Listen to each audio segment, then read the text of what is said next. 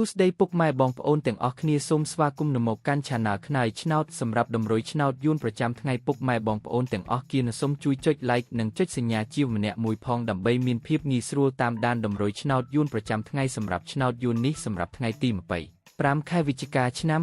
2025ចឹងកុំឲ្យខាតពេលវេលាពុកម៉ែបងប្អូនយូរយើងចូលមកមើលតម្រុយឆ្នោតយើងវិញតែម្ដងទៅសម្រាប់លេខអូស Admin មាន2គ្រាប់គឺអូសខ្ទង់70និង40សម្រាប់លេខអូសពុកម៉ែបងប្អូននិងតម្រុយ2លេខ Admin មាន3លេខគឺលេខ7249និងលេខ71សម្រាប់ពហុ ABCD ពុកម៉ែបងប្អូននឹងតម្រុយ3លេខ Admin មាន3លេខដែរគឺលេខ273គុណ748គុណនិង844គុណជាងពុកម៉ែបងប្អូនអាចយកទៅផ្សងសំណាងបានបងប្អូនសូមឲ្យហេងទំៀងអស់គៀនពុកម៉ែបងប្អូន Admin សូមជម្រាបលាពុកម៉ែបងប្អូនសូមជូនពរសុភាពល្អសំណាងល្អទាំងអស់គ្នា